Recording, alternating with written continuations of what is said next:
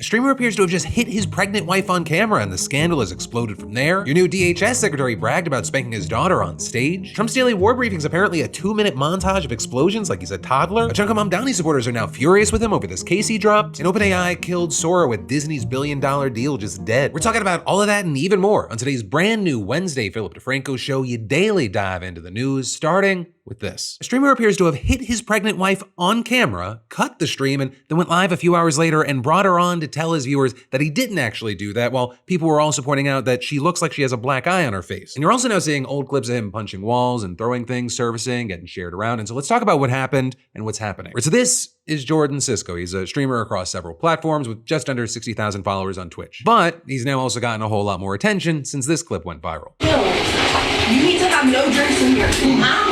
Ow. Ow. Now, I will say, you can't see him actually make contact, but you do have people noticing 2 sharp arm movements in rapid succession, each followed by a quick thud, immediately followed by his wife's ows. So you have a lot of people saying when you put all of it together, it looks like he hit her. With some also pointing out that when his hand comes back into frame, it looks to be in a fist. But then, a few hours later, you had Cisco going live again, and he insisted that he didn't hit her while also begging his fans not to send hate to his family and saying they could send it to him, which by that point, it was definitely already happening. And as far as his explanation, he said he was having a panic attack because he spilled an energy drink on his PC and he was hyperventilating by the time that his wife walked in, and he said he was moving PCs around and pushed her because her fingers were trapped under the computer. She had her fingers right here, and she literally, that's when she was like, she couldn't get it on the PC. So I pushed her, and she literally was saying ow because of the was on her fingers. It was literally on her fingers. And then he even asked his wife to back him up. Wife, can you come and record this, please? Wifey? By the way, I just wanted, before I'm talking about come here.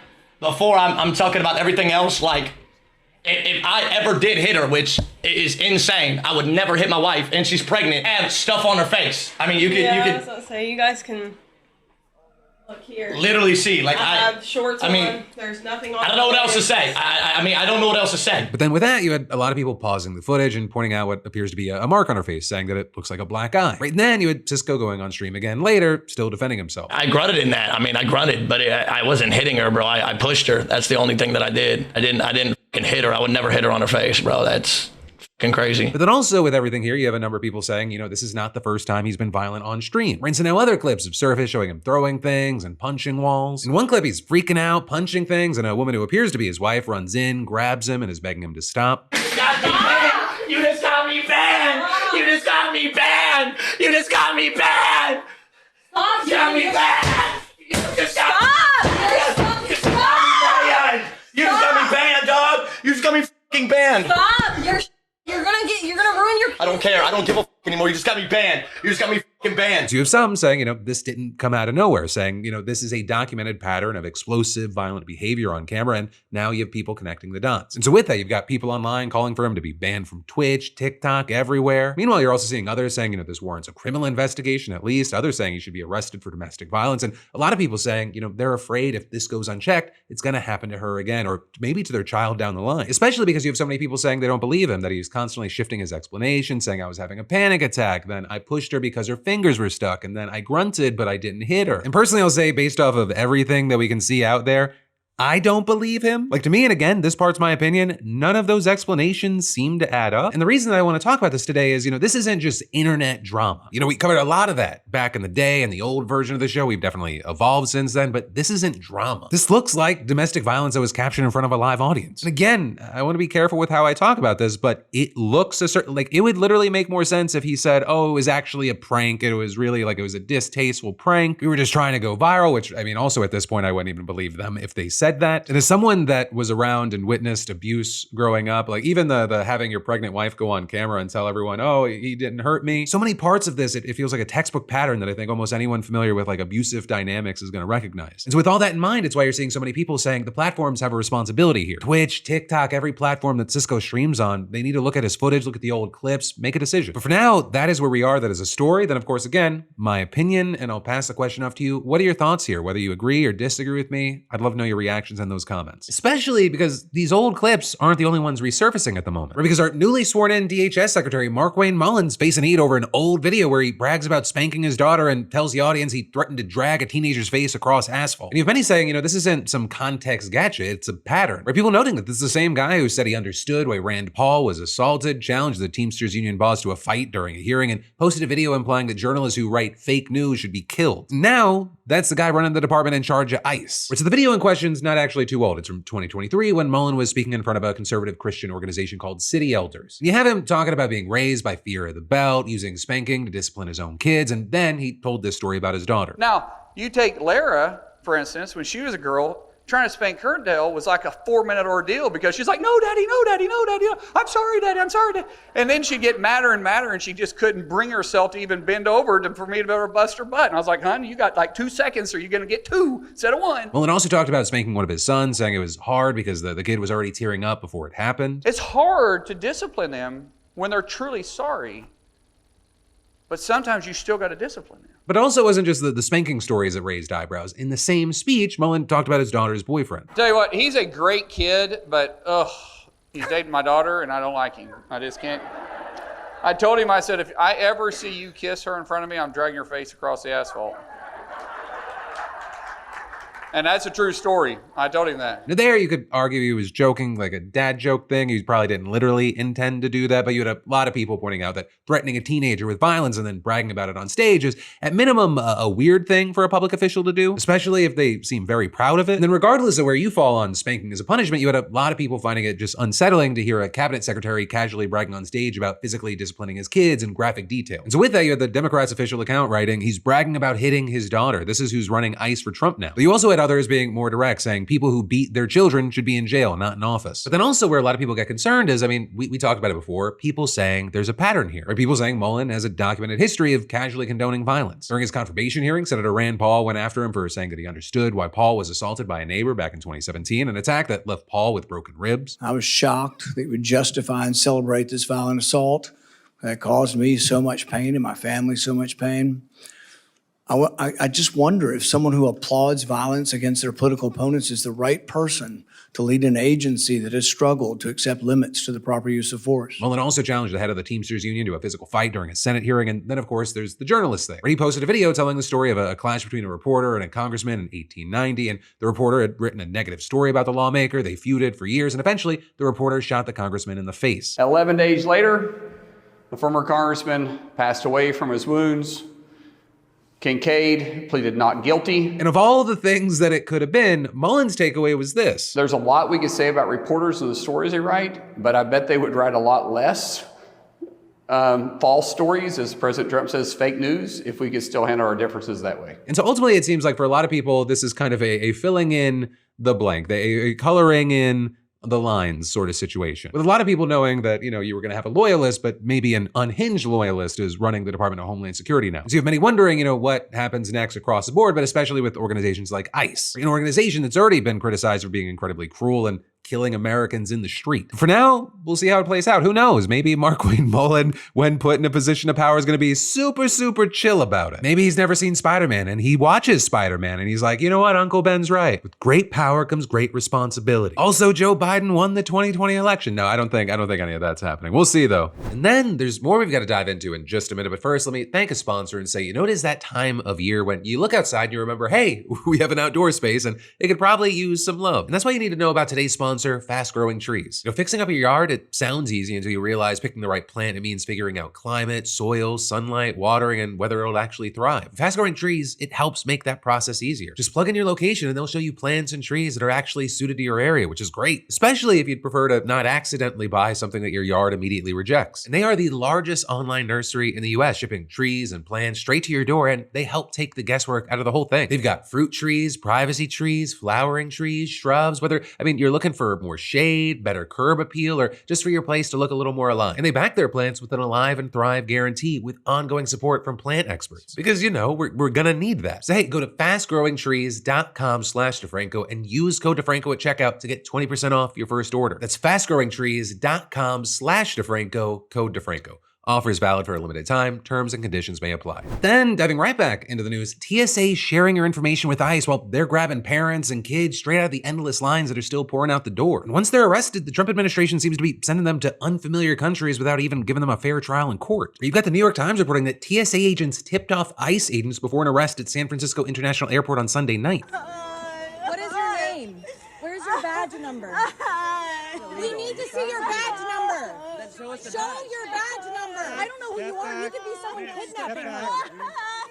Angelina Lopez Jimenez, who you see in the video with her 9-year-old daughter, she had a deportation order since 2019. And reports say that they were flagged on the flight list, which allowed TSA to tip off ICE agents. But one of the biggest questions is, how were they flagged in the first place? And well, apparently, last year, the Trump administration quietly created a partnership between ICE and TSA, allowing ICE to check and flag TSA air traveler lists for passengers with deportation orders. With a spokesperson for DHS saying, the message to those in the country illegally is clear. The only reason you should be flying is to self-deport home. So you have the former deputy head of the ICE office in New York City saying, the administration has turned routine travel into a force multiplier for removals, potentially identifying thousands who thought they could evade the law simply by boarding a plane. Now, I will say, it is not a new thing for federal entities to have some level of access to airline passenger information, which may be used for national security reasons. But also, allegations of TSA specifically tipping off ICE agents for arrests, it's raised concerns about how much data is actually being shared in these inconspicuous ways. And so Democratic officials have heavily criticized data sharing in this administration, saying that it seemed to be omnipresent under the Trump administration, putting personal information at risk and bypassing due process. And in this particular case, they criticized the administration for using this data to arrest moms and kids instead of the dangerous criminals that we've been told that they're supposed to be focusing on. Also, you've got people concerned that this data sharing and preoccupation with ICE arrests that could distract from airport security in the effort to cut down on wait time. And with this, you have people like a senior ICE official during the Biden administration also saying that if you have more officers conducting arrests at airports, it puts more strain on the system. Delays and complications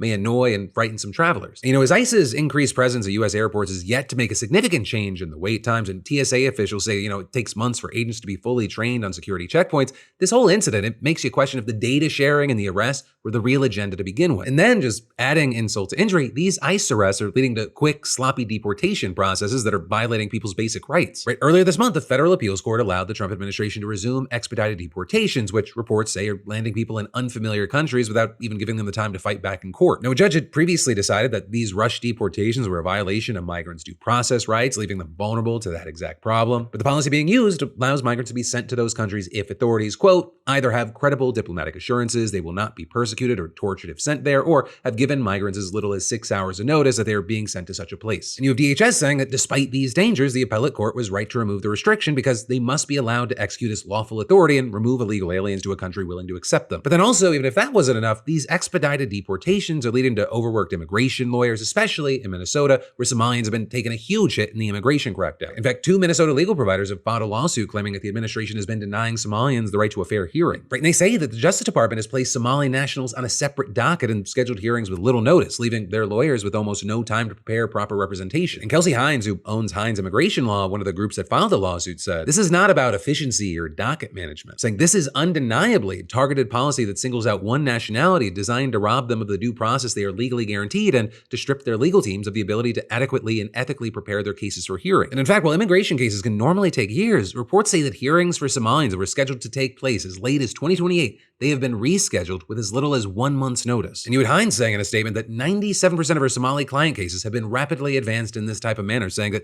even if she worked 12-hour days, 7 days a week, she would still be 7,000 hours short of the time that she would need to prepare for those cases. So not only is the Trump administration targeting migrants in the airports, but once these arrests are made, they also have basically no time to work with a lawyer to build a case for themselves. And then if they're deported, apparently, there's also no guarantee that they'll actually end up in a country they have any connection to. Oh wow, the only thing longer than the lines at airports that ICE hasn't made a dent in is the list of cases on those immigration lawyers' desks. And then at the same time, ICE is being equipped with more access to data and tools like AI to further this assault on immigration. And then actually on the note of AI, oh my God, I'm such a professional. This transition's amazing. On the note of AI, OpenAI, they're killing Sora, not just the app, like everything. You have the Wall Street Journal reporting that Sam Altman told the staff that the company is winding down all products that use its video models, including the developer version and video features inside of ChatGPT. This is huge. This is a tool that everyone thought was going to revolutionize Hollywood Disney literally put $1 billion behind it. It was the #1 app in its category within days of launching, and now, boom, it is dead because OpenAI realized that the money is actually in competing with Anthropic, not making AI videos. But again, when Sora launched in 2024, it was the AI product that everyone was just talking about. It could generate increasingly realistic videos that were just harder and harder to detect. So many fake Ring camera videos of animals with guns, people were worried about deepfakes, Hollywood was worried about its jobs, and it was a genuine cultural moment. And then this last October, when things really blew up, you had OpenAI releasing a standalone Sora app and second-generation model that was even more advanced. And within days, it was the most downloaded app in the iOS App Store's photo and video category. 2 months after that, Disney announces that $1 billion investment in OpenAI as part of a deal that would give Sora users access to popular Disney characters. Like, everything was pointing to this being a huge part of the future, especially OpenAI's. But then, as far as what happened, well, the short answer is Anthropic. Right? They're OpenAI's biggest competitor, and they've really focused on productivity tools for software engineers and corporate users, and then kind of worked their way from that to normies. And that has absolutely been working. Anthropic has been growing its revenue at a faster rate than OpenAI. And in fact, when OpenAI first launched the Sora app, some employees were reportedly surprised that the company was pouring computing resources into a project that didn't have a clear demand. But Altman, he wanted to be ambitious and expand market dominance, but now you have the company doing a complete 180. But according to the Journal, OpenAI is reallocating resources to compete directly with Anthropic by building AI agents and productivity tools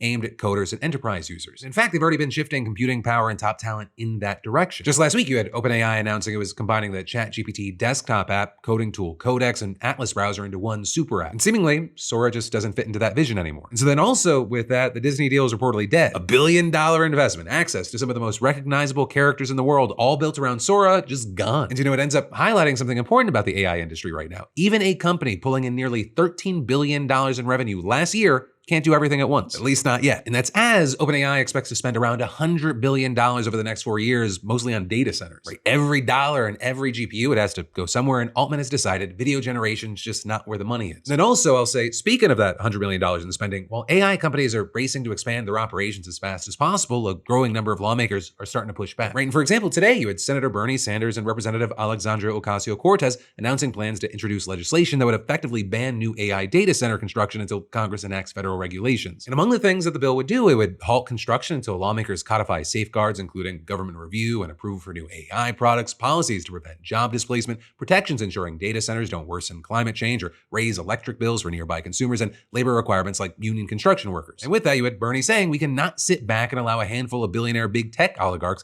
to make decisions that will reshape our economy, our democracy, and the future of humanity. We need serious public debate and democratic oversight over this enormously consequential issue. But here's your friend, your neighbor, your uncle Phil, here to ruin your day. This bill is definitely not going to pass. Okay, I love you. I got to give you that reality check. But if anything, I would say this is kind of more symbolic than anything. It's more forward-leaning and thinking than anything. Right? It's a signal from Bernie and AOC that there is a growing demand for AI guardrails, even as the Trump administration does everything it can to just let the industry run without limits, and they're actively trying to prevent states from imposing their own restrictions. It's like they have an economic incentive and or ties to the industry that would make it where they would not want to do that or something, especially because the public is on Bernie and AOC's side here. Polls consistently show that Americans support AI regulation, and they are concerned about its impact on jobs, energy prices, and the environment. And populist lawmakers on both sides of the aisle, they have pushed for more regulation in response to constituent concerns. Right, and at the local level, we're already seeing action. Since August of 2025, multiple towns and counties have passed temporary bans on data center construction. At least 11 states, they're considering similar legislation, and more than 200 advocacy groups wrote a letter to Congress urging a federal moratorium before the bill was even introduced. But again, all of that runs up against the machine, whether it's the AI machine, the Trump machine, a lot of the places, they're kind of the same. The president wants basically no limits on AI. Industry groups, they're spending tens of millions to elect pro-AI candidates in the midterm. And even as public support for regulation grows, Congress, it could end up stacked with members whose campaigns were funded by the very companies people want regulated. But then also with this, I'll say, while you have AOC and Bernie Sanders shooting for the stars, you have some saying that Zoran Mamdani is rapidly falling back down to earth. Because New York City's new mayor is facing a $5.4 billion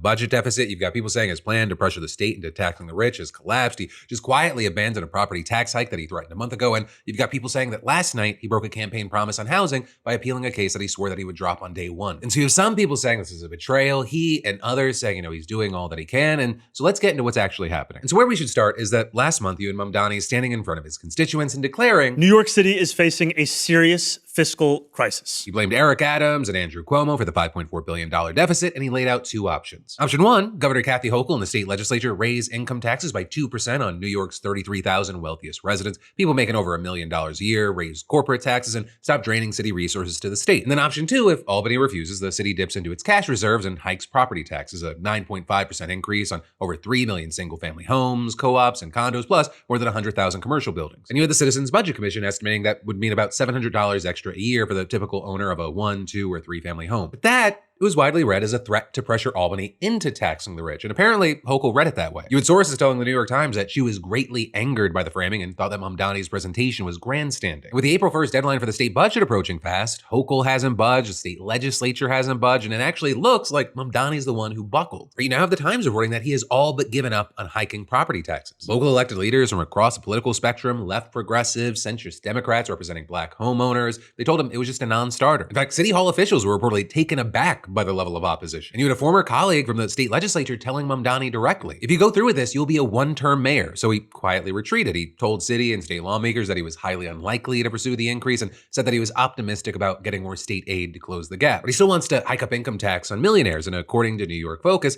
he's now also asking the state to raise taxes on corporations, unincorporated businesses, and high-value real estate. But the leverage play, right, the property tax thread that was supposed to force Albany's hand, that looks like it's dead. And then with all this, we've got to talk about city FEPS, right? The Fighting Homelessness and Eviction Prevention Supplement. It's this rental assistance program created in 2018 that now covers over 65,000 households. And the way that it works is that low-income tenants, often people moving out of homeless shelters, find a private apartment and pay 30% of their income in rent while the city covers the rest. Currently, this program costs $1.2 billion. It's projected to hit $4.7 billion by 2030, largely because in 2023, the city council passed laws broadening eligibility by removing work requirements, raising the income limit, and extending coverage to people facing eviction who aren't in a shelter yet. And you have housing advocates saying that the expansion is critical as the cost of living has soared and Trump has cut federal rental assistance. But when Eric Adams was mayor, he refused to implement it and challenged its legality in court, arguing that the city couldn't afford it and the council didn't have the authority. He then had a state court initially siding with Adams, but an appeals court sided with the council. Mamdani, he campaigned on dropping the case entirely and implementing the expansion. It was one of his clearest promises. But last night, he appealed it to New York's highest court. Now, to be fair, Mamdani tried to find a middle ground. He proposed keeping work requirements and income limits the same, but expanding eligibility to people facing eviction from rent-stabilized apartments. He negotiated with council members and housing activists, but they couldn't reach a deal, and so he went back to court. But with this, you still had many unhappy. You had a shelter operator telling the Gothamist that she was shocked and adding, candidate Mamdani and Mayor-elect Mamdani promised to drop the appeal on day one, and saying this is the classic political example of promise made, promise broken. Now, with all that said, there is still a lot that could shift here. The state budget should land in April. Mamdani's next city budget presentation is due May 1st. The city budget itself is due June 30th. And then, with all this, there's the stock market, which directly affects how much tax revenue the city projects. That's not exactly cooperating with it right now. So Mamdani, well, he's in a position, it's why I would never want a real job. He is caught between a deficit he inherited, a governor who won't help, a council that wants more spending, housing advocates who feel betrayed, homeowners who will revolt over property taxes, and an economy that keeps making everything harder. And as far as why this matters and why it feels like we should talk about this is, seeing this, I think it kind of highlights what happens when a campaign meets a budget spreadsheet. This is not a dig. It's not an attempt to tear down someone just because they got built up so high. I remember going into the election, there were a lot of people that were like, I don't know how much he's actually going to be able to accomplish from what he's talking about, but I think that he's going to try. And so far, it does seem like he's trying. But what's going to be interesting to watch from here is, seeing what he's able to accomplish, as well as what is the reaction from the people that voted him into office, right? How does the coalition that elected him, how do they react when, he's trying to explain the limitations of his role and why he's not able to deliver certain things, or he makes moves that you wouldn't think that he would. But for now, we'll wait and see. And especially if you live in New York City, I'd love to know your thoughts on everything that's happening right now. You're happy with him, you're frustrated with him, somewhere in between. Let me hear from you. But then from that, as we get closer to the end of today's show, I want to end with congratulations and one final thing. Starting with congrats to Bridget G, SeatGeek's latest weekly winner, who just scored $500 in tickets and is heading to see the Florida Panthers with her fiance to celebrate how they met. And for the rest of y'all, that's right, SeatGeek is still giving away $500 in tickets, and you should definitely enter today if you haven't already. You could be the next winner and snag $500 towards seeing your favorite artist, sporting event, or play. There's like over 70,000 events to choose from. And you just got to add code DeFranco to your SeatGeek app profile for a chance at the weekly $500 prize, no purchase necessary. But then the final thing that we should talk about today is that the US sent Iran a 15-point peace proposal, which Trump claimed it had already largely agreed to, but instead you had the country blasting the deal and laying out its own demands. Right, and that's as the American military may be getting ready for this war to last a lot longer, ramping up defense production, expanding eligibility, and sending thousands more troops to the region. But definitely where we should start is with the 15-point peace plan, which is believed to have been sent from the US to Iran via Pakistan. And the Trump administration had apparently been hoping to discuss it with Iran at an in-person meeting in Pakistan as soon as tomorrow. And the plan, it reportedly calls on Iran to dismantle its 3 main nuclear sites, end any enrichment on its soil, suspend its ballistic missile program, curb support for its regional allies, and fully reopen the Strait of Hormuz. And in return, Iran would have nuclear-related sanctions lifted and the US would assist the country's civilian nuclear program. And US envoy Steve Witkoff reportedly told Trump that the Iranians had already agreed on several key points, including on giving up their stockpile of highly enriched uranium, which would definitely be a pretty massive step forward, but it was also never clear whether anyone really made those commitments on Iran's behalf, or if they did, whether they had the authority. Also, it's not even clear who in Iran's government would be able to negotiate, or if they'd be willing to, as Israel has said that it plans to keep targeting the country's leaders. And in fact, senior Iranian officials have reportedly been having trouble communicating with each other, at least partly because they're worried that Israel might bomb them if they meet in person. A thing that Trump seemingly acknowledged with his recent refusal to name the person that the US had allegedly been talking to, other than saying that it's not the supreme leader, but they seemed to be in charge. And yesterday you had him continuing to shed light on how Israel's tactics have made negotiating even more difficult than usual. They have no Air Force left. They have no anti-aircraft equipment left, no radar left, no leaders left. The leaders are all gone. Nobody knows who to talk to. But we're actually talking to the right people, and they want to make a deal so badly. You have no idea how badly they want to make a deal.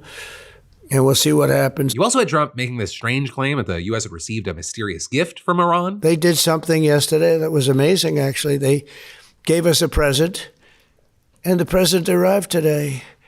And it was a very big present worth a tremendous amount of money. But Trump didn't say what it was, other than suggesting it was oil and gas related and connected to the flow in the Strait of Hormuz. And on that note, while it's not clear that this is what Trump was referring to, you did have Iran sending a letter to the UN's maritime organization yesterday claiming that non-hostile ships may pass safely through the Strait of Hormuz, with Iran defining non-hostile vessels as those which neither participate in nor support acts of aggression against Iran or belong to the United States or Israel. But then with that, you had analysts arguing that this is unlikely to encourage many more ships to try their luck making their way through the strait, since so many countries have ties to the United States. But in any case, you had Trump claiming that the gift from Iran, whatever it was, showed that the US was dealing with the right people in Tehran, saying they said they were going to do it and it happened and they are the only ones that could have done it. Which is quick sidebar. Why is it every quote from Trump is like me riffing while I'm trying to give a book report on a book I didn't read? But also with this, one of the things you saw where the market's responding to the possibility of the situation improving, with the price of oil falling 5% and $99 a barrel, even though, it wasn't remotely clear that this war was actually nearing the end. Because one, it's not known whether Israel supports Trump's 15-point plan, and two, Iran gave no indication that it would be willing to accept the plan as even a jumping off point to begin negotiations. And in fact, while Iranian officials have acknowledged receiving messages from the US through intermediaries, they continued to deny Trump's claim that negotiations were even underway. And you had one military spokesperson mocking Trump in a statement saying, "Has the level of your inner struggle reached the stage of you negotiating with yourself? People like us can never get along with people like you." And then on the other side of this, well, the US appeared to be interested in negotiating. As we know, appearances can be deceiving. Despite this apparent push for diplomacy, there have been continued signs that the US may be gearing up for a long-term conflict. We're seeing things like the Defense Department just reached deals with defense firms to boost production of munitions as part of a push to put the military on a wartime footing. Also, they just raised the maximum enlistment age from 35 to 42 years old and made it easier to join the military if you have a conviction for marijuana or drug paraphernalia possession. Though I would say most notably, at least when it comes to a potential escalation in the very near future, the Pentagon's reportedly ordering the deployment of about 2,000 more soldiers to the Middle East,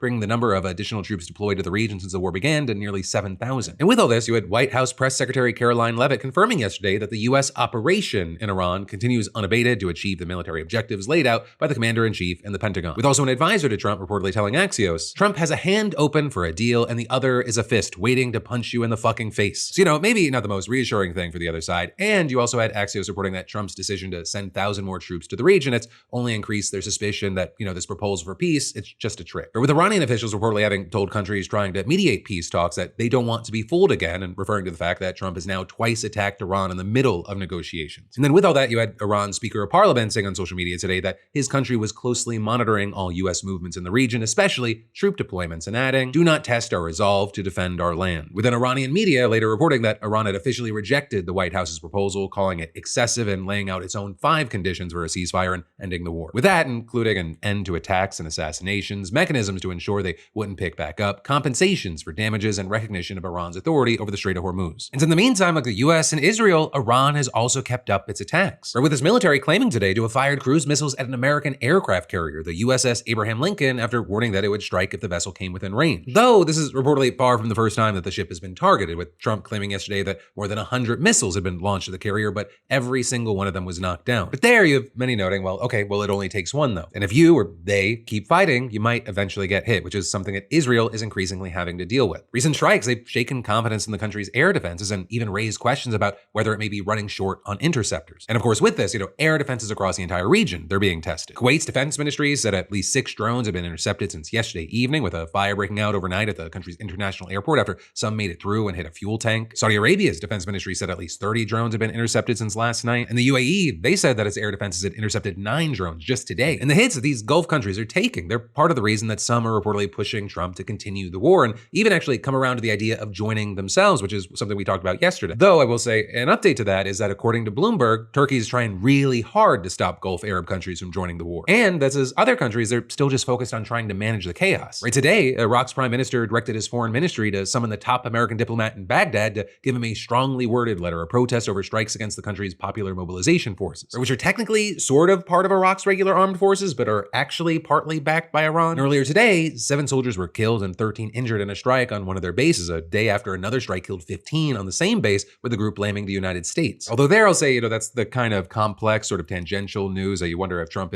really has even any idea about, especially based on recent reporting from NBC that has suggested that one of the main ways that he gets updates on this war, this is going to sound insane, but also so true, is through daily 2-minute montages of the biggest, most successful strikes of Iranian targets over the previous 48 hours. Like, it sounds like they just open up the version of TikTok that's just for him, Trump Talk, with one official describing each daily video as just a series of clips of stuff blowing up. Now, that said, Trump is also reportedly updated through conversations with top military intelligence advisors and foreign leaders, as well as news reports. But this sizzle reel situation apparently has some of his allies worried that he's not really getting the complete picture of the war, or with one official claiming that the information that Trump gets about the war, it tends to emphasize the military's successes while giving relatively little time to Iranian actions. And you have others suggesting that the videos are driving his growing frustration with media coverage of the war. And so, for example, according to NBC, Trump wasn't briefed on an Iranian strike that hit 5 American refueling planes in Saudi Arabia a couple of weeks ago. He only learned about what happened from media reports. And so he then reportedly asked about what happened, was told the planes weren't badly damaged, and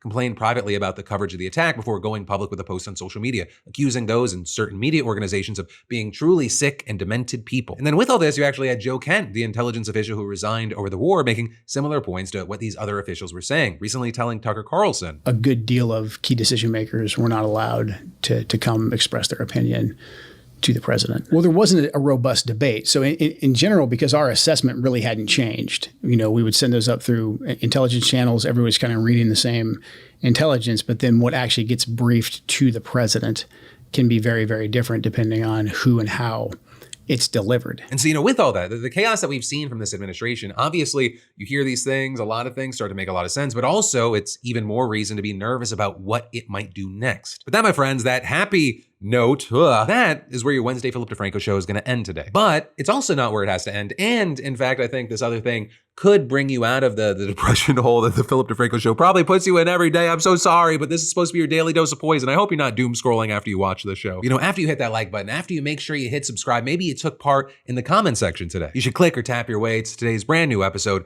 of Crashing Out with myself and Alex Perlman. It's, again, another great one. But no matter what you do, I'll see you right back here tomorrow.